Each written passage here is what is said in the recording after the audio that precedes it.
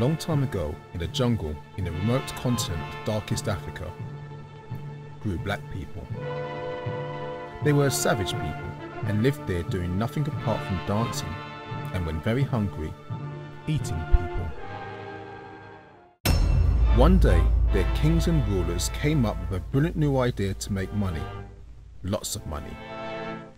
They called it slavery, and went around the world convincing people to come and buy their friends and family in exchange for drinks and trinkets.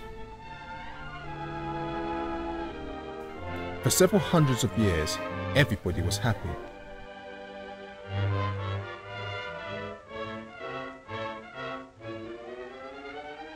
The world thought Africans made great slaves. Africans were given new and better names, languages, history and culture. They fell in love and became good, God-fearing black people who practiced lots of sports like run, hide and swing if caught.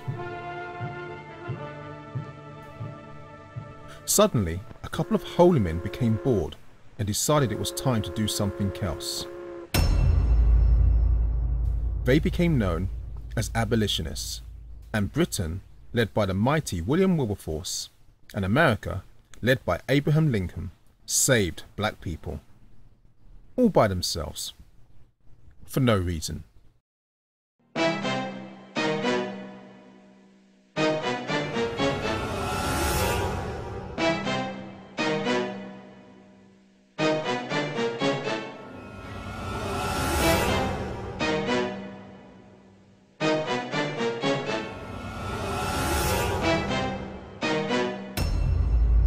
But after they were freed, black people did not know what to do.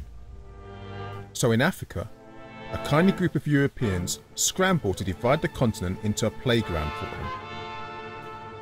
Games like colonialism and apartheid became very popular until the British got bored with its empire and decided it was time to allow the black people to win their independence. All over the world, Europeans allowed Africans to become free and welcomed them as equals into their own society. But with nothing to do, some black people learned to read and even write.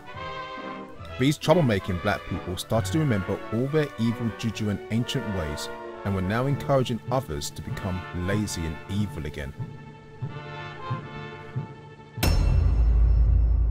Black people didn't like working, or thinking, or anything that reminded them of being African or stopped them from dancing. So they started to play a game called Chip on Shoulder, or another one called the Racism Code. They marched, they beat drums and started shouting to prove how normal they were.